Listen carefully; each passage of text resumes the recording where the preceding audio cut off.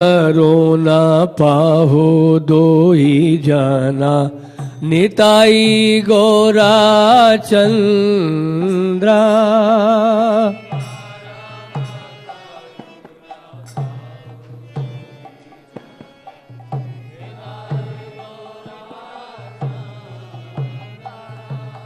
सब अवतार सार शिरोमणि केवल आनंद कंदा।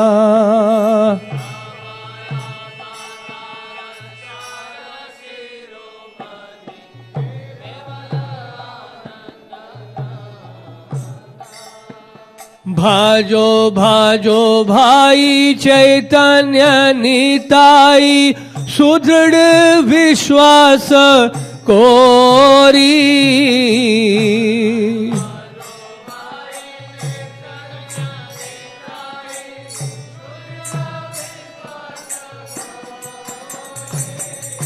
विषया छड़िया सेरा से मजिया मुखे बोलो हरि हरि।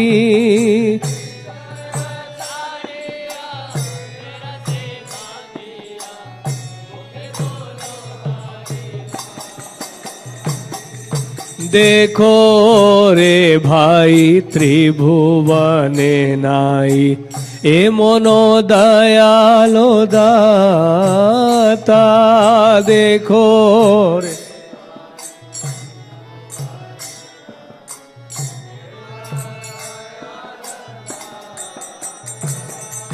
पशु पाखी झूरे पाषाण विदरे सुनी जार गुण गाथा।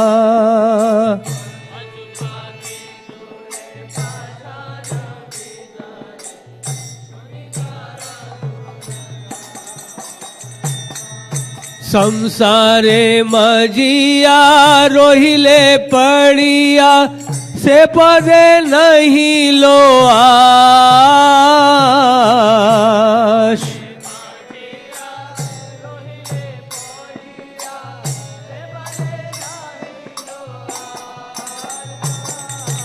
अपना कर्म भुंजाए शमन को हो ये लोचन दास।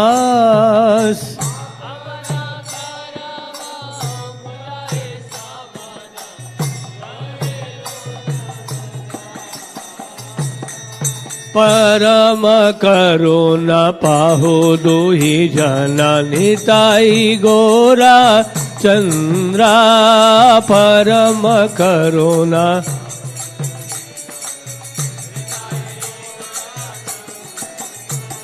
सब अवतार सार शिरोमणि केवल आनंद कंदा।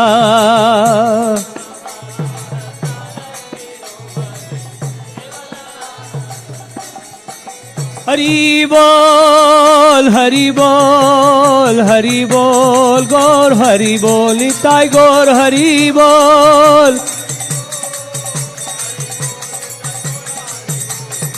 जय वैष्णव ठाकुर वैष्णव ठाकुर वैष्णव ठाकुर जय वैष्णव Thakur.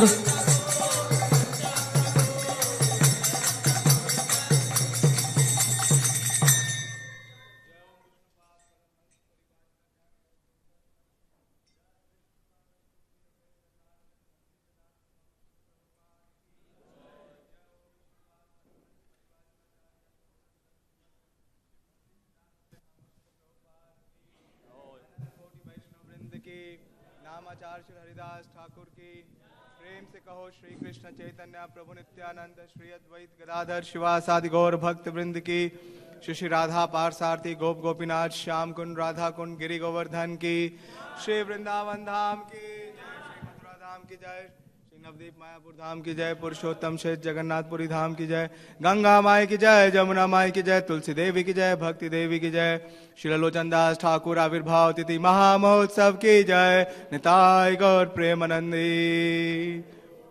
All glories to the assembled devotees, all glories to the assembled devotees, all glories to Sri Guru and Gauranga. हरे कृष्णा।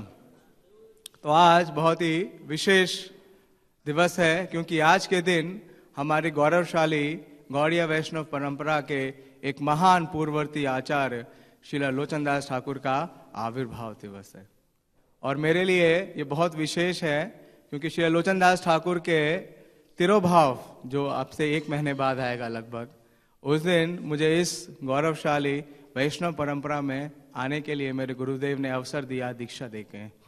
तो अभी सभी उपस्थित भक्तों के चरणों में मैं वंदना करता हूँ कि जो इस परंपरा के माध्यम से, वैष्णव आचार्यों के माध्यम से हमें शिक्षा मिल रही है, उसे स्वीकार करने योग्य बन सकूं और आप सबकी और इस मिशन की सेवा कर सकूं। तो ये जो अभी सुंदर भजन गाया हिज ग्रेस मोहन रूपा प्रभु ने, परम करुणा पाओ दोई जना, ये श्री लोचनदास ठाकुर द्वारा रचित एक बहुत ही विशेष ग्लोरिफिकेशन है लॉर्ड चैतन्य और नित्यानंद का।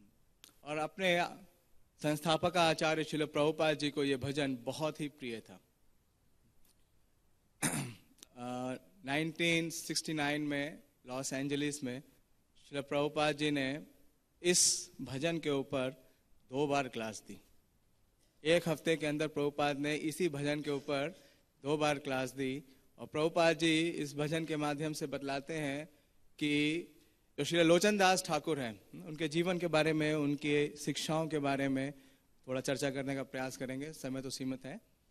और उनका जो ग्रंथ है चैतन्य मंगल, वो उनका बहुत बड़ा योगदान है इस चैतन्य महाप्रभु के आंदोलन में, क्योंकि उन्होंने चैतन्य महाप्रभु का जो जीवन चरित्र है और उनकी जो शिक्षाएं हैं उसे बहुत ही सुंदर एक गीत के रूप में, एक काव्य के रूप में प्रस्तुत किया है, जो है श्री चैतन्य मंगल। और प्रभुपाद जी बताते हैं कि हमारी गौड़ीय वैष्णव परंपरा के ये एक महान बोनाफाइड आचार्य हैं। और ना सिर्फ आचार्य हैं, ये लगभग समकालीन है महाप्रभु के। जिस समय महाप्रभु इस धराधाम में थे, उस समय श्री लोचनदास ठाकुर का आविर्भाव हो गया था। इनकी आविर्भाव की जो तिथि है वो कहीं से भी पूरी तरीके से कंफर्म नहीं है, लेकिन लगभग बताया गया है कि 1520 से 23 के बीच में इनका आविर्भाव है। कुछ स्थानों में 1520 लिखा है और कुछ स्थानों में 1523। तो उस समय महाप्रभु की कौन सी अवस्था थी? महाप्रभु ने संन्यास ले रखा था और वो जगन्नाथपुरी में थे। तो इनका जन्म जो है जिस स्थान में हुआ, वो स्थान का नाम है कोग्राम, और ये पड़ता है बर्दवान डिस्ट्रिक्ट में। और वो विशेष स्थान वही है जहां महाप्रभु ने संन्यास लिया था। क्या बोलते हैं उस जगह को? हाँ, कटवा, या उसको कहते हैं कंटक ग्राम। कंटक यानी कांटा। कि जितने भी महाप्रभु के पार्षद हैं, उनके लिए महाप्रभु का संन्यास लेना क्या था? बहुत हृदय में बहुत बड़ा कांटा था, क्योंकि गौर सुंदर उन्हें छोड़ करके कहाँ चले गए? पुरी।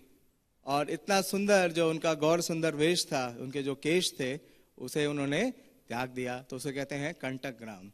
तो ये वहीं पे इनका जन्म हुआ और ये अपने माता पिता के एकमात्र संतान थे। और इनके जो पिताजी हैं उनका नाम था श्री कमलाकर दास और इनकी माता थी श्री सदानंदी। और क्योंकि ये अपने एक ही पुत्र थे माता पिता के, इनका बहुत ही स्नेह था। और इनका स्नेह ना सिर्फ अपने माता पिता के प्रति था, इनका जो परिवार था उसमें भी था। तो उस समय शिक्षा जो है पाठशालाओं में नहीं होती थी, तो इनके जो मामा हैं वो इनकी शिक्षा का भार उठाते थे। और इनके मामा का संग था चैतन्य महाप्रभु के भक्तों से। और विशेष रूप से इनके मामा श्री इन्हें ले गए श्रीखंड में। श्रीखंड आप जानते हैं, जिसे कहते हैं खांडावासी। महाप्रभु क्या बोलते हैं? खांडावासी। और वहाँ के बहुत ही प्रसिद्ध भक्त हैं महाप्रभु के, नाम जानते हैं आप? खांडावासी श्री मुकुंद और उनके पुत्र रघुनंदन और श्री नरहरि सरकार ठाकुर, और उनके एक तीसरे भाई हैं, उनका नाम है माधव। तो जब वो श्रीखंड में गए तो उनको सानिध्य प्राप्त हुआ श्री नरहरि सरकार का। और हम रोज गौर आरती में गाते हैं क्या, नरहरि आदि कोरी चामर ढुलाए। तो नरहरि सरकार ठाकुर बहुत ही अंतरंग पार्षद है महाप्रभु के, उनके विशेष कृपा पात्र है। और एक और विशेषता वर्णित है कि जब नरहरि सरकार ठाकुर गाते थे तो महाप्रभु बहुत प्रसन्न होते थे। विशेष रूप से वो महाप्रभु के विशेष कीर्तनीय भक्त थे। और श्री लोचन दास ठाकुर बचपन से ही उनके अंदर कविता करने की बहुत ही अद्भुत क्षमता थी, उनके अंदर विशेष योग्यता थी और वो काव्य की रचना भी करते थे। और बहुत जल्दी ही उन्हें जो संस्कृत ग्रामर है उसके ऊपर उनका दक्षता हो गई और उस समय चैतन्य महाप्रभु के प्रति बहुत आकर्षित होते हैं उनके पार्षदों से मिलकर के और दिन रात महाप्रभु का चिंतन करते हैं। घर तो उन्होंने बाल्यावस्था में ही छोड़ दिया और वो कहाँ आ गए, कोग्राम से कहाँ आ गए, श्रीखंड आ गए। सब सुन रहे हैं? नहीं सॉरी, खांडावासी क्या है, श्रीखंड नहीं, क्या बोल रहे हैं, नहीं खांडावासी जो है, जो ग्राम है उसका एक और भी नाम है, चैतन्य चरितामृत में दिया हुआ है। तो वो उस स्थान पे आ गए जहाँ पे नरहरि सरकार ठाकुर थे और उन्हीं के सानिध्य में उन्होंने जो उस समय महाप्रभु के जीवन पे श्री राधा पार्षद भगवान की जय, श्री गौर निताई की जय, सीताराम लक्ष्मण हनुमान की जय। तो चैतन्य महाप्रभु के जीवन पे जो उस समय उपलब्ध ग्रंथ था वो केवल एक ही था, वो संस्कृत में था, श्री मुरारी गुप्त द्वारा रचित श्री चैतन्य चरित्र काव्य जो संस्कृत में था। और इनकी दीक्षा होती है दामोदर पंडित के माध्यम से। ऐसा लिखते हैं अपने ग्रंथ में, जो ग्रंथ आरंभ है उसमें लिखते हैं श्री लोचन दास ठाकुर कि दामोदर पंडित के सानिध्य से इन्हें चैतन्य महाप्रभु की जो लीलाएं हैं उसको पढ़ने का अवसर प्राप्त हुआ, जो ये काव्य लिखा था श्री मुरारी गुप्त से। और ये लिखते हैं कि कुछ ही समय में इन्हें जो महाप्रभु की लीलाएं हैं वो स्वयं इनके मन में स्फुरित होने लगी और इनका आकर्षण रोज महाप्रभु के प्रति बढ़ गया और ये भूल भी गए कि इनके कोई माता पिता हैं और वहीं रहने लगे जहां इनके गुरु थे। और इनके गुरु का एक ही मनोभीष्ट था कि किस प्रकार से भगवान चैतन्य की जो जीवन चरित्र है और उसकी शिक्षाओं का प्रसार पूरे विश्व में हो। तो उन्होंने जब देखा कि उनका जो ये शिष्य है वो बहुत ही योग्य है, उन्होंने श्री लोचन दास ठाकुर को प्रेरित किया कि वो चैतन्य महाप्रभु के जीवन चरित्र पर एक काव्य लिखे। उस समय कम्युनिकेशन का ज्यादा साधन नहीं था, इसलिए ये नहीं पता चलता था कि एक प्रांत में जो हो रहा है दूसरे प्रांत में क्या हो रहा है। तो आश्चर्य की बात यह है कि उसी से कुछ समय पहले लगभग महाप्रभु के जीवन पर एक चरित्र विस्तार से लिख रहे थे श्री वृंदावन दास ठाकुर, लेकिन उस समय तक श्री नरहरि सरकार ठाकुर को इसके बारे में पता नहीं था। और वो चाहते थे, श्री नरहरि सरकार ठाकुर चाहते थे कि महाप्रभु का जीवन चरित्र इस रूप में प्रस्तुत किया जाए जिसे सब लोग, जितने भी ग्रामवासी हैं या जितने भी भारतवासी हैं, वो उन्हें काव्य के रूप में वैसे ही गाएं जैसे रामचरितमानस या रामायण को लोग गाते हैं। और इन्होंने अपने गुरु की आज्ञा को अपने शीश पे धारण किया, उसे अपना लाइफ एंड सोल बनाया और उन्होंने वो ग्रंथ आरंभ किया। और जब ये ग्रंथ लिखने लगे तो कुछ समय बाद इनके गुरु को ये सूचना मिली कि ऐसा ही एक ग्रंथ श्री वृंदावन दास ठाकुर ने ऑलरेडी उसकी रचना कर दी है। जब उन्हें ये पता चला तो उन्होंने कहा अपने शिष्य को, क्या कहा कि जो आप लिख रहे हो वो प्रमाणिक है या नहीं, इसकी संस्तुति जब तक श्री वृंदावन दास ठाकुर नहीं करेंगे तब तक आप आगे नहीं बढ़ सकते। और बहुत विशेष इस पूरे जो जीवन चरित्र है श्री लोचन दास ठाकुर का, उसमें हम विशेष रूप से देखते हैं ये तीन जो हमारे महान आचार्य हैं जिन्होंने महाप्रभु के ऊपर जीवन चरित्र लिखा है। श्री वृंदावन दास ठाकुर ने चैतन्य भागवत, श्री लोचन दास ठाकुर ने चैतन्य मंगल और श्री कविराज गोस्वामी ने श्री चैतन्य चरितामृत। इन तीनों का आपस में कितना परस्पर सम्मान और रेसिप्रोकेशन है, ये तो हम देखते हैं। चैतन्य चरितामृत हम पढ़ते हैं क्योंकि हमें श्री प्रभुपाद जी की कृपा से इसका अनुवाद मिला है और ये प्रस्तुत है। लेकिन चैतन्य चरितामृत में विशेष रूप से श्री कविराज गोस्वामी हर स्थान पे ये कहते हैं कि जो अवशेष श्री वृंदावन दास ठाकुर ने छोड़ दिया है मैं उसी को स्वीकार कर रहा हूँ, कि जिन लीलाओं को श्री वृंदावन दास ठाकुर ने नहीं विस्तार से कहा है मैं उन्हीं पर चर्चा करने का प्रयास कर रहा हूँ या उन्हीं पर लिखने का साहस कर रहा हूँ। और हर जगह वो अपने को श्री वृंदावन दास ठाकुर का अनुचर स्वीकार करते हैं। तो जब इनके गुरु ने बतलाया, श्री लोचन दास ठाकुर के गुरु ने बतलाया कि ऐसा ग्रंथ श्री वृंदावन दास ठाकुर ने लिख लिया है, तो आपको क्या करना है कि आपको अपनी जो पांडुलिपि है, जो टेक्स्ट आपने लिखा है, उसे लेके आप वृंदावन दास ठाकुर के पास जाइए, उन्हें दिखाइए, और अगर वो अनुमोदित करेंगे, अगर वो आपको स्वीकृति देंगे, तभी आप आगे बढ़ सकते हैं या लिख सकते हैं, नहीं तो आपका ग्रंथ यहीं बंद। तो ये आज्ञा जब मिली श्री लोचन दास ठाकुर को, तो वो अपना ग्रंथ लेकर के जाते हैं श्री वृंदावन दास ठाकुर के पास। श्री वृंदावन दास ठाकुर का स्थान क्या है? मामगाची।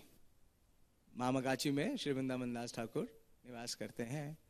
और जब वो वहाँ पहुँचते हैं तो जाते ही उन्हें प्रणाम करते हैं और अपना परिचय देते हैं कि मैं श्री नरहरि सरकार ठाकुर का शिष्य हूँ और अपने गुरु की आज्ञा के अनुसार ही मैंने भगवान चैतन्य के चरित्र पे कुछ लिखने का प्रयास किया है। लेकिन मेरे गुरुदेव अभी चाहते हैं कि आप इसे देखें, अगर आप अनुमोदित करेंगे तभी मैं आगे लिखूंगा, वरना मुझे लिखने की इजाजत नहीं है। तो इस प्रकार से उन्होंने विनय किया, निवेदन किया, और श्री वृंदावन दास ठाकुर भी बहुत प्रसन्न हुए। हाँ, वो देख करके जरा भी खिन्न नहीं हुए। बहुत शिक्षा है हमारे लिए।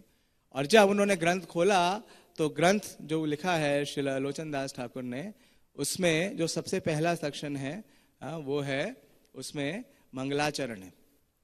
ज़्यादातर हमारे जितने भी आचार्य हैं, आप देखेंगे जब भी वो ग्रंथ लिखते हैं तो सबसे पहले मंगलाचरण लिखते हैं, ब्लेसिंग्स इन्वोक करते हैं। और उसमें हम जानते हैं कि श्री वृंदावन दास ठाकुर जो हैं वो नित्यानंद प्रभु के शिष्य हैं और उनकी कृपा के पात्र हैं। वृंदावन दास ठाकुर के बारे में कहा जाता है कि वो नित्यानंद प्रभु के आखिरी शिष्य हैं और उनके ही प्रेरणा से श्री वृंदावन दास ठाकुर ने चैतन्य भागवत का उन्होंने लेखन किया था। तो जब ये ग्रंथ खोलते हैं श्री लोचन दास ठाकुर का और उसमें एक प्यार पढ़ते हैं, बहुत सुंदर प्यार है। अभिन्न चैतन्य तनु ठाकुर अवधूत, बोलिए, अभिन्न चैतन्य तनु ठाकुर अवधूत,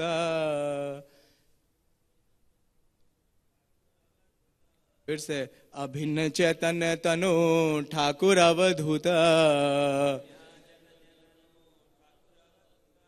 श्री नित्यानंद बंधु रोहिणी रसूत, श्री नित्यानंद बंधु रोहिणी रसूत। तो जब उन्होंने ये स्तुति सुनी, जब पढ़ी, श्री वृंदावन दास ठाकुर ने लोचन दास ठाकुर द्वारा ये रचना सुनी, तो इतना सुन के ही वो भावावेश में आ गए और अचेत हो गए। इतना सुंदर नित्यानंद प्रभु का गुणगान। अभिन्न चैतन्य तनु, चैतन्य महाप्रभु का जो तनु है उससे ये अभिन्न है, ठाकुर अवधूत। और श्री नित्यानंद प्रभु कौन है? रोहिणी रसूत, यानी कि बलराम जी हैं। बहुत प्रसन्न हुए और जब उन्हें होश आया, वो तो उसमें मूर्छा में आ गए, क्योंकि वो भावावेश हो गए और ये घबरा गए। लोचन दास ठाकुर घबरा गए कि मैंने क्या अपराध कर दिया, मुझसे क्या गलती हुई, कि श्री वृंदावन दास ठाकुर क्या हुआ इतने।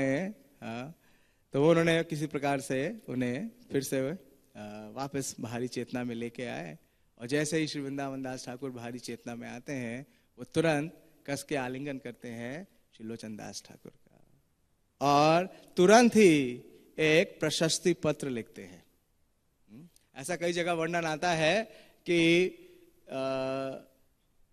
जो चैतन्य भागवत थी उसका नाम बाद में श्रील जीव गोस्वामी और कविराज गोस्वामी ने चेंज किया, लेकिन यह प्रमाणिक नहीं लगता, क्योंकि श्रील भक्ति सिद्धांत सूत्री ठाकुर का जो अनुभाष्य है चैतन्य भागवत में, उसमें भी वो लिख रहे हैं। और श्रील प्रभुपाद जी चैतन्य चरित्रामृत के आदि लीला के 8वें चैप्टर के 33वें श्लोक में लिख रहे हैं कि चैतन्य भागवत का नाम स्वयं श्रील वृंदावन दास ठाकुर ने चेंज किया, किसी और ने नहीं। कब? जब उन्होंने देखा कि श्री लोचन दास ठाकुर ने इतना सुंदर काव्य के रूप में, ये पंचाली काव्य है जिसमें 5 प्रकार के जो कंपोजिशंस हैं, जो रचनाएं हैं और काव्य के रूप में हैं, उसे किया। तो उन्होंने तुरंत ही प्रशस्ति पत्र लिखा और कहा कि मैं लोचन दास ठाकुर के जो ये चरित्र है, ये जो ये रचना है, इसे प्रशस्त करता हूं, इसे प्रमाणित करता हूं, और इस शास्त्र का नाम चैतन्य मंगल ही रहेगा, और मैं अपने शास्त्र का नाम चैतन्य मंगल से चैतन्य भागवत करता हूं। अगर आप देखें भी, अगर आप इन तीनों रचनाओं को देखें तो इसमें बहुत विभिन्नता है, क्योंकि जो चैतन्य भागवत है वो नाम बिल्कुल सही है, चैतन्य भागवत, क्योंकि इस ग्रंथ के अंदर श्रील वृंदावन दास ठाकुर ने महाप्रभु का जो भागवत तत्व है उसका प्रकाश किया है। उन्होंने बहुत ही विस्तार से महाप्रभु का जो ऐश्वर्य है, जो वैकुंठ भाव है, उसका वर्णन किया है। उसका एक प्यार में पढ़ता हूं कि ए माता कीड़ा करे वैकुंठेरा राया, भुजे तेना पारो के तारा माया, ए भुजी मनुष्य नाही श्री वैश्रंभर, माया रूपे कृष्ण वा जन्मिलो मोरा घर। तो चैतन्य महाप्रभु को जब प्रस्तुतिकरण है चैतन्य भागवत में श्री वृंदावन दास ठाकुर द्वारा, वो है विश्वंभर के रूप में। विश्वंभर का मतलब है जो इस जगत के पूरे पालन करता और जो मेंटेनर और नरिश करते हैं। तो विश्वंभरो द्विजवरो युग धर्म पालो, वंदे जगत प्रिय करो करुणा अवतारो। तो इस प्रकार से श्री वृंदावन दास ठाकुर ने जो प्रस्तुतिकरण किया है, उसमें महाप्रभु का जो ऐश्वर्य भाव है, जो वैकुंठ भाव है, उसका प्रेजेंटेशन किया है। तो उनका जो ग्रंथ है उसका नाम चैतन्य भागवत बिल्कुल सही है। अगर हम कविराज गोस्वामी की रचना को देखें कि कविराज गोस्वामी ने महाप्रभु का कौन सा भाव प्रदर्शित किया है? राधा भाव। महाप्रभु ने कि जो राधा भाव है उसे प्रस्तुत किया है। और चैतन्य आख्यम प्रकटम अधुना तद्वयम च ऐक्यम आप्तुम, कि जो चैतन्य आख्यम प्रकटम अधुना, वही जो राधा और कृष्ण जो दो थे वो क्या बन गए हैं? वो तद्वयम च ऐक्यम आप्तुम, वो दोनों कंबाइंड हो गए हैं। राधा और कृष्ण का जो कंबाइंड फॉर्म है वो है लॉर्ड चैतन्य। और इसमें उन्होंने क्या दिखाया है? विप्रलंब भाव। विशेष रूप से जो विप्रलंब भाव है उसके ऊपर बहुत विस्तार से लिखा है। लेकिन अगर हम ये देखें श्री लोचन दास ठाकुर का जो जीवन, जो चरित्र है जो उन्होंने लिखा है, उसमें उन्होंने विशेष रूप से महाप्रभु का जो श्रृंगार रस है उसके ऊपर बहुत चर्चा की है। और बहुत सी सुंदर पास टाइम्स हैं। और जो विशेष रूप से उन्होंने एक विस्तार से महाप्रभु का जो सन्यास लीला है, जब महाप्रभु ने सन्यास लिया उस समय जब उनका विष्णु प्रिया देवी के साथ जो संवाद है उसे बहुत ही विस्तार से लिखा है। तो अगर आप देखें तो जैसे मैंने बताया कि लोचन दास ठाकुर का जन्म किस समय हुआ है? 1520 से 23 में। और महाप्रभु ने सन्यास कब लिया? 1510 में। तो उस समय श्री लोचन दास ठाकुर का जन्म भी नहीं हुआ था, उनका जन्म नहीं हुआ था। और जब महाप्रभु का विष्णुप्रिया देवी के साथ संवाद हुआ तो उस समय वहां कोई उपस्थित नहीं था। लेकिन क्या संवाद हुआ उसका बहुत विस्तार लिखा है श्री लोचन दास ठाकुर ने। उसमें यह भी लिखा है कि किस प्रकार से महाप्रभु ने उन्हें अपना षडभुज रूप दिखलाया, अपना नारायण रूप दिखलाया, और बतलाया कि किस प्रकार से उनका क्या मिशन है जिसके लिए वो आए हैं, और उन्हें वो कन्विंस करने का प्रयास करते हैं। और यहाँ तक भी बताया कि उनका श्रृंगार करते हैं और उन्हें सुला देते हैं, और जब वो सो जाती हैं तब वो छोड़ के चले जाते हैं। तो जब इन्होंने ये सब डिटेल लिखी और अपने गुरु को दिखाया तो उनके गुरु ने कहा कि तुमने जो लिखा है वो प्रमाणिक है या नहीं, इसके लिए तुम्हें फिर से उस समय नारायणी देवी धराधाम पे थी, जो कि श्री वृंदावन दास ठाकुर की माताश्री हैं। तो श्री नरहरि सरकार ने कहा कि आपको जा करके फिर से इसे क्या कराना पड़ेगा, अनुमोदित कराना पड़ेगा। अगर अनुमोदित होगा तभी आप लिख सकते हैं, वरना ये सब आप लिख नहीं सकते। तो फिर से अपना काव्य ग्रंथ लेकर के आते हैं श्री लोचन दास ठाकुर, वृंदावन दास ठाकुर के बारे में के पास, और वृंदावन दास ठाकुर उन्हें नारायणी देवी के पास ले जाते हैं। और नारायणी देवी जब पढ़ती हैं तो नारायणी देवी कहती हैं कि ये बिल्कुल सत्य है। अब कोई प्रश्न कर सकता है कि नारायणी देवी को कैसे पता? ये वार्ता तो सिर्फ महाप्रभु और विष्णु प्रिया देवी के बीच में है। तो विष्णु प्रिया देवी ने जब महाप्रभु ने संन्यास ले लिया था, उसके बारे में बहुत विस्तार से विवरण है लोचन दास ठाकुर द्वारा, तो वो बहुत क्रंदन करती थी, बहुत विरह फील करती थी। तो नारायणी देवी जाके उन्हें सांत्वना देती थी, और जब वो सांत्वना देती थी तो उनका वार्तालाप होता था, तो नारायणी देवी को विष्णुप्रिया देवी ने बतलाया था। तो इस प्रकार से जो भी ये लिखा है श्री लोचन दास ठाकुर ने, ये सारा का सारा क्या है, प्रमाणिक है। और हम देखते हैं कि नरोत्तम दास ठाकुर भी अपने एक गीत में बोलते हैं, गौरांगेरा गुनेते झुरी नित्य लीला तारेसपुरे, गौरांगा गुनेते झुरे नित्य लीला तारेसपुरे से जना भक्ति अधिकारी। कि अगर कोई व्यक्ति चैतन्य महाप्रभु की जो ये करुणामय लीला है उसको केवल एप्रिशिएट करता है, और वो कभी एक्सटेसी फील करता है या कभी वो रोता है, तो ये जो विधि है महाप्रभु की जो लीलाएं हैं उसको श्रवण करने का या उसको अप्रिशिएट करने का, ये जो प्रोसेस है प्रभुपाद कहते हैं ये इतना पावरफुल है कि this will immediately help one understand the past time of Radha and Krishna. नित्य लीला तारे स्फुरे। तो ये जितना लेखन कार्य किया है हमारे आचार्यों ने, ये सब क्या है, ये सब साधारण नहीं है। इन्हें स्वयं भगवान चैतन्य ने और कृष्ण ने इनका चयन किया है कि वो उनकी लीलाएं और विस्तार करें। टाइम तो बहुत थोड़ा सा बचा है, 8:30 तक ही करना है। और इनके जीवन में और भी कई चीजें हैं, कई विशेष बातें हैं कि इनका, जैसे हम जानते हैं कि उस समय में बहुत बाल्य अवस्था में ही, जब ये अपने गुरु के पास गए थे उससे पहले की अवस्था में ही इनका विवाह कर दिया गया था।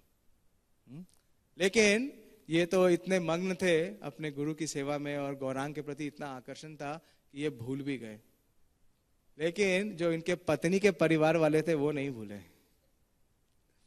तो जब ये बड़े हुए तो इनको ढूंढा गया, जिनके साथ इनका विवाह संस्कार हुआ था उनके माता पिता ने ढूंढने का प्रयास किया, तो पता चला कि ये अपने घर यानी कोग्राम में तो है ही नहीं, अपने माता पिता के साथ तो ये रहते ही नहीं।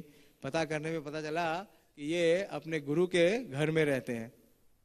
तो फिर ये सोचा गया कि ये तो वैसे ही विरक्त हैं, संन्यास की अवस्था में है, तो इन्हें किस प्रकार से आकर्षित किया जाए इस विवाह संस्कार को स्वीकार करने के लिए। तो एक विद्वान ब्राह्मण की खोज की गई, और वो विद्वान ब्राह्मण को भेजा गया इनके गुरु श्री नरहरि सरकार के पास। और वो ब्राह्मण बड़ा दक्ष था, आता है, प्रणाम करता है और बतलाता है कि आप तो इतने कृपालु दयालु वैष्णव हैं। वैष्णव का मतलब है जो दूसरे का दुख समझते हैं। और देखिए इनकी जो पत्नी है उसका दुख सोचिए, उसका विवाह उन्हें विवाह के में स्वीकार किया है, लेकिन वो इनसे अलग है। पूरा समाज क्या बोलेगा। तो इस प्रकार से बहुत से आर्ग्यूमेंट्स देते हैं सामाजिक दृष्टि से और धार्मिक दृष्टि से, और यहाँ तक कि एक वैष्णव के लिए। तो जब इतना सुनते हैं श्री नरहरि सरकार ठाकुर तो बहुत सरल हृदय के हैं, उनका हृदय पिघल जाता है और वो बोलते हैं अभी लेके जाओ। ये ब्रह्मचारी है और मुझे पता नहीं था कि इसका विवाह हो चुका है, लेकिन आप कह रहे हो तो आप इसे अभी ले जाओ। लेकिन श्री लोचन दास ठाकुर उस समय जाने से इनकार कर देते हैं और बोलते हैं कि मैं कुछ समय के बाद जाऊंगा, क्योंकि जो मैं काव्य लिख रहा हूं उसे मैं पूरा करना चाहता हूं। लेकिन वो ब्राह्मण जो आया था वो भी कम नहीं था। रुक्मिणी के पास, रुक्मिणी ने भी किसे भेजा था? ब्राह्मण को भेजा था कृष्ण के पास। और कृष्ण तुरंत ही आ गए थे। तो इस प्रकार से वो बोलने लगे कि मैं जाऊंगा नहीं, क्योंकि मैं जाऊंगा तो मैं उसे क्या बताऊंगा। तो फिर वो दोबारा से अनुनय विनय करने लगते हैं श्री नरहरि सरकार ठाकुर से, उनके गुरु से। और उनके गुरु बोलते हैं आप जाओ, तो ये बोलते हैं कि मैं जाना नहीं चाहता, इस विवाह बंधन में मैं फंसना नहीं चाहता, आपके चरणों की सेवा से मैं विलग नहीं होना चाहता।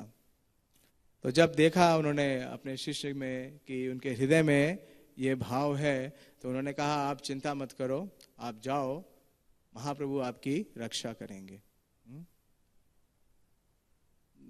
एक बहुत सुंदर प्यार है कि महाप्रभु रे संगी गणे वैराग्य प्रधान। यहां देखे महाप्रभु रे संगी गणे वैराग्य प्रधान, यहां देखिए प्रीति हाना गौरव भगवान। कि महाप्रभु के जो पार्षद हैं उनकी जो सबसे बड़ी विलक्षणता है वो क्या है? वो है वैराग्य। और ये जाते हैं तो वो ब्राह्मण इन्हें पता वगैरह पूरा दे के गया था, तो दूर जाना पड़ता है, उस स्थान को ढूंढते हैं और भूल भी जाते हैं कि मेरा कभी किसी के साथ संबंध हुआ था, वो स्त्री कौन थी, उसका परिवार कौन था। तो ढूंढते ढूंढते हुए जाते हैं और उस गांव में पहुंचते हैं, क्योंकि दूर से आते हैं तो थक जाते हैं। तो वहाँ पे स्नान करते हैं एक पोखरे में, और थोड़ा जल पीने के लिए एक कुएं के पास जाते हैं। और उस कुएं में एक युवती थी जो इन्हें जल पिलाती है। तो ये उन्हें माता जी कह के संबोधित करते हैं कि माता जी कुछ जल मिलेगा। और जब जल पीने के बाद थोड़ा ये नॉर्मलाइज होते हैं, इनकी थकान दूर होती है, तो उसी युवती से पूछते हैं कि मुझे इस पता बतलाइए कि इस व्यक्ति से मैं कहाँ मिल सकता हूँ। तो जो नाम पूछते हैं वो उस युवती के पिता का नाम है। तो वो युवती पूछती है कि आपको उनसे क्या काम है, आप क्यों उनका पता पूछना चाह रहे हैं, क्यों मिलना चाह रहे हैं। तो ये फिर बतलाते हैं कि उनकी एक कन्या है, उससे मुझे मिलना है। तो वो कन्या तो स्वयं है, वो उन्हें अपने पिता के घर ले जाती है और इनके पिता से ये बात करते हैं। थोड़ी देर बाद वो अपने पिता जो है इनके, वो इस कन्या को लेके आते हैं और बोलते हैं कि यही व्यक्ति आपके पति है। तो उनके मुख से फिर से निकलता है माता जी। तो बड़ा प्रेशर पड़ने के कारण इन्हें अपनी उस पत्नी को स्वीकार करना पड़ता है, लेकिन ये जानते थे कि गुरु के आश्रम में लौट नहीं सकते, क्योंकि गुरुकुल में तो ब्रह्मचारी या सन्यासी ही रह सकता है। तो बड़े दुखी होते हैं और बड़े दुखी भाव से अपने माता पिता के घर लेके आते हैं अपनी इस पत्नी को। और इनके माता पिता बहुत प्रसन्न होते हैं, लेकिन श्री लोचन दास ठाकुर का गृहस्थ में कोई आकर्षण नहीं था। उनका आकर्षण तो भगवान चैतन्य के प्रति था और बहुत दुखी रहते हैं। और इनकी जो पत्नी है वो इनसे पूछती है और उन्हें कहती है कि मैं आपकी दासी के रूप में रहूंगी और आपका जो ये ग्रंथ है उसमें मैं सहायता करूंगी। तो मैं सुन रहा था हिज होलीनेस भक्ति आश्रय वैष्णव स्वामी महाराज कह रहे थे कि जो इनकी पत्नी है वो भी बहुत शिक्षित थी। उन्होंने बहुत बड़ी भूमिका निभाई श्री लोचन दास ठाकुर के इस काव्य में। उन्होंने इसके एडिटिंग का काम किया, उन्होंने एडिट किया जो लिखते थे। और फिर जब इनका काव्य चल रहा था तो ये अपने गुरु के पास जाते थे। इन्होंने बहुत सी महाप्रभु की पास टाइम्स लिखी हैं और उसमें से एक पास टाइम में लेना चाहता हूँ विशेष रूप से, केवल 5 मिनट बचे हैं, कि इन्होंने वो महाप्रभु की लीलाओं का वर्णन किया है जिसका वर्णन श्रील कविराज गोस्वामी और वृंदावन दास ठाकुर ने नहीं किया है। तो जब महाप्रभु ने संन्यास ले लिया तो संन्यास लेने के बाद महाप्रभु कहाँ है? शांतिपुर। और क्योंकि महाप्रभु जाना चाहते थे कहाँ? वृंदावन। लेकिन शांतिपुर से ये निश्चित हुआ कि वो कहाँ रहेंगे? जगन्नाथपुरी में। और जब जगन्नाथपुरी के लिए महाप्रभु जाने लगे तो विशेष रूप से श्री अद्वैत आचार्य ने 4 महाप्रभु के पार्षदों को उनके साथ भेजा। जानते हैं कौन कौन? प्रभु जी तो जानते ही हैं बाकी जिनको नींद आ रही है उनसे पूछ रहा हूं बताइए। नित्यानंद प्रभु और जगदानंद पंडित और मुकुंद और दामोदर। तो ये 4 जब जाते हैं तो आप जानते हैं कि आज से लगभग 500 साल पहले, आज भी है, कि जब हम एक प्रांत से दूसरे प्रांत में जाते हैं तो रास्ते में क्या आती है? चुंगी, टैक्स कलेक्टर। और आज से लगभग 500 वर्ष पूर्व सारे मुगलों का इस देश पे राज्य था। तो वो क्या करते थे कि जो भी यात्री हैं जब वो उनके एरिया में एंटर करते थे तो उनसे क्या करते थे? टैक्स वसूलते थे, कर वसूलते थे। और ऐसा नहीं है सब होकर के कि आप जा रहे हैं तो एक टोल टैक्स आपका निर्धारित है। जैसे अभी है, हम जाते हैं तो क्या है? टोल टैक्स का बोर्ड लगा हुआ है, रेट लिस्ट लिखी हुई है, आपका जितना टोल बनता है दीजिए और आगे बढ़िए। उस समय के जो टैक्स कलेक्टर थे वो ज्यादातर क्या थे? मुसलमान सैनिक थे। और वो बहुत ही उत्पीड़न करते थे यात्रियों का, उन्हें बहुत यातनाएं देते थे, उन्हें मारते थे, पीटते थे और उनसे उनकी जितनी भी मूल्यवान चीजें हैं सारी जब्त कर लेते थे। कोई निर्धारण नहीं था कि कितना टैक्स होगा, और अगर किसी के पास नहीं है कुछ देने के लिए तो उसका बहुत पिटाई करते थे या उसे जेल में डाल देते थे। तो जब महाप्रभु अपने इन पार्षदों के साथ जा रहे थे तो उन्होंने देखा कि एक सामने टैक्स बूथ आया, एक चुंगी कर का वो आया, और वहां पे बहुत लंबी लंबी कतारें लगी हुई हैं, यात्री लोग खड़े हुए हैं, और जो मुसलमान सैनिक हैं वो उन्हें बहुत प्रताड़ित कर रहे हैं। तो महाप्रभु ये देख करके उनके हृदय में बहुत करुणा हुई, और क्या किया उन्होंने? जो टैक्स का जो चीफ था वहां पे, टैक्स कलेक्टर, उसके सामने जाकर के महाप्रभु खड़े हो गए। महाप्रभु तेजी से दौड़े और जाकर के उसके सामने खड़े हो गए। और महाप्रभु का सुंदर रूप देख करके वो जो टैक्स कलेक्टर था वो बहुत ही आकर्षित होता है, और वो इतना प्रभावित होता है महाप्रभु के सौंदर्य से, उनके रूप से और उनके तेजस से कि वो अपना आपा खो जाता है। वो भूल जाता है कि वो टैक्स कलेक्टर है, और महाप्रभु का दर्शन पाके उसका पवित्रीकरण होता है और वो क्या बोलने लगता है? हरे कृष्णा कृष्णा कृष्णा हरे हरे, हरे राम राम राम हरे हरे। वो जोर जोर से कीर्तन करने लगता है, हरि नाम करने लगता है, और महाप्रभु अपने दोनों चरण उसके मस्तक पे रख देते हैं। उसका पूरा हृदय परिवर्तित हो जाता है, और वो टैक्स कलेक्टर एक क्रूर और निर्दयी से तुरंत ही क्या बन जाता है? तृणादपि सुनीचेन। और वहां पे महाप्रभु उसे निर्देश देते हैं कि आज के बाद यहाँ पे किसी को प्रताड़ित नहीं करना। तो इस प्रकार से महाप्रभु के पार्षद आगे बढ़ते हैं। तो थोड़ी आगे बढ़े थे तो उसमें से जो मुकुंद हैं, वो बोलते हैं, महाप्रभु जब मैं आपके साथ हूं तो मुझे इन चुंगी वालों से, इन सैनिकों से कोई डर नहीं है, मैं इनसे डरता नहीं हूं, क्योंकि ये मेरा क्या बिगाड़ सकते हैं। तो महाप्रभु ने कहा कि वास्तव में हमारे जो संबंधी हैं वो हमारा सुरक्षा करते हैं। तो मुकुंद समझा नहीं, संबंधी कौन से संबंधी? तो महाप्रभु बतलाते हैं कि संबंधी कौन है। महाप्रभु बोलते हैं कि जो धैर्य है, patience is my father, and forgiveness is my mother, and peacefulness यानी कि शांति, जो शांत चित्त की अवस्था है, मुसीबत में भी ये मेरी पत्नी है, और मेरा जो पुत्र है वो क्या है? वो सत्य है, ट्रूथफुलनेस, और मेरी जो सिस्टर है वो है काइंडनेस, कंपैशन टू अदर्स, और मेरा जो भाई है वो कौन है? वो है control of mind even in disturbing situations, और ये जो पृथ्वी है यही मेरा शयन का कक्ष है या मेरा बेड है, और जो 10 दिशाएं हैं वो मेरे वस्त्र है, और मेरा जो आहार है, मेरा जो भोजन है वो है आध्यात्मिक ज्ञान, जिससे मुझे बल मिलता है।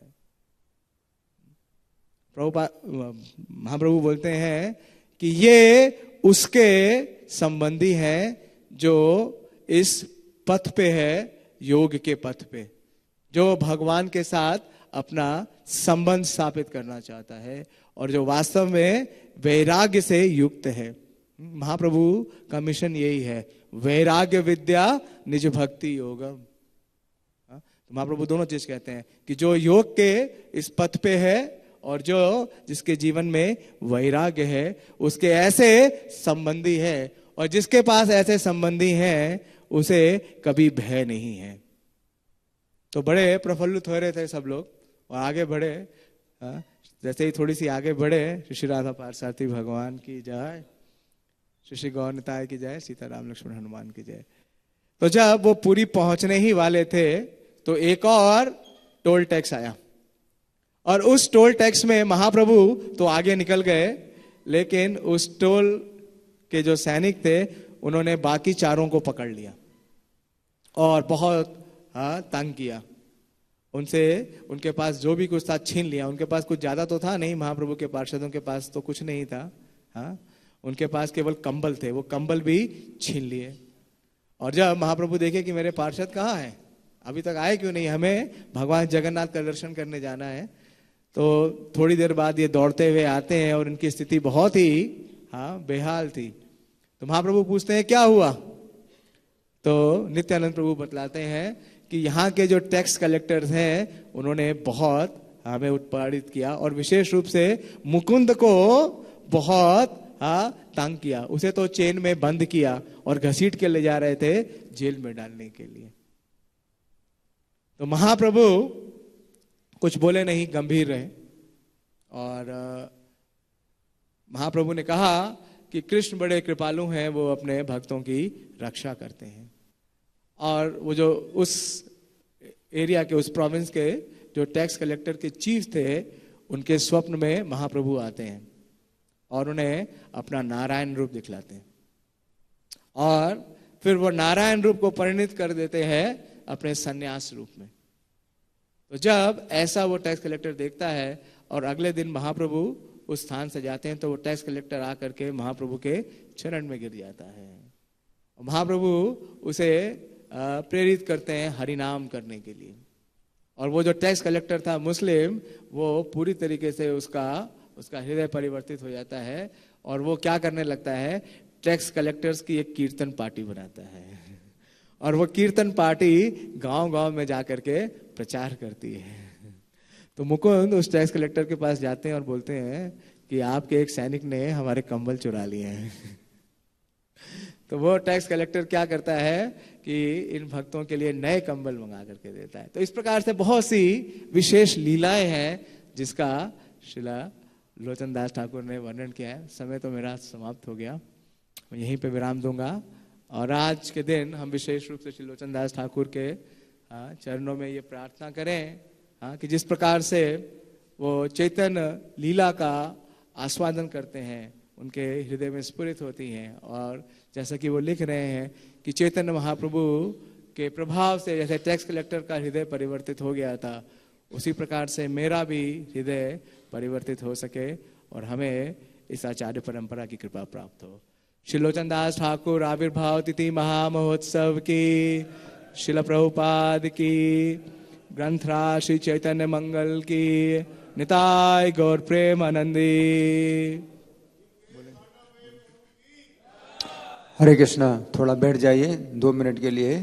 जो आज लोचन दास ठाकुर का आविर्भाव दिवस है, इसमें एक विशेष बात ये समझना है कि भगवान चैतन्य ने ऐसी व्यवस्था की कि इनके मुख से अपनी पत्नी के लिए माता जी का शब्द निकल गया, और इनका जो जीवन है इतना ऊंचे धरातल का है कि अगर मुंह से किसी स्त्री को माता अगर शब्द निकल जाए तो अब वो जो है पत्नी का संबंध नहीं बन सकता।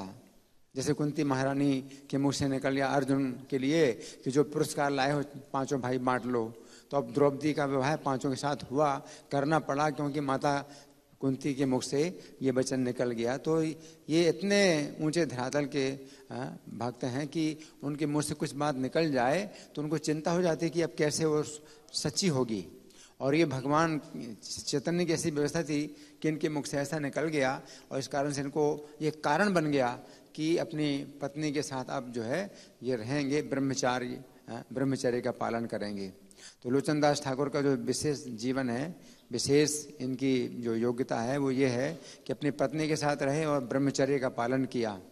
तो कोई ब्रह्मचारी रहता है ब्रह्मचारियों की संगति में और ब्रह्मचर्य का पालन करता है, अच्छी बात है। लेकिन कोई गृहस्थ अगर अपनी पत्नी के साथ, वो पत्नी जो पूर्ण समर्पित है उसके साथ ब्रह्मचर्य का पालन करे तो बहुत विशेष योग्यता मानी जाती है। तो ये भी जो है लोचनदास ठाकुर की योग्यता है और इनकी कृपा से हमारे आंदोलन में कुछ ऐसे गृहस्थ भक्त हैं जो अपनी पत्नी के साथ रहते हैं, ब्रह्मचर्य का पालन करते हैं। तो ये भी एक बहुत बड़ी शिक्षा मिलती है। श्री लोचनदास ठाकुर आविर्भाव तिथि महामहोत्सव की, श्रील प्रभुपाद की।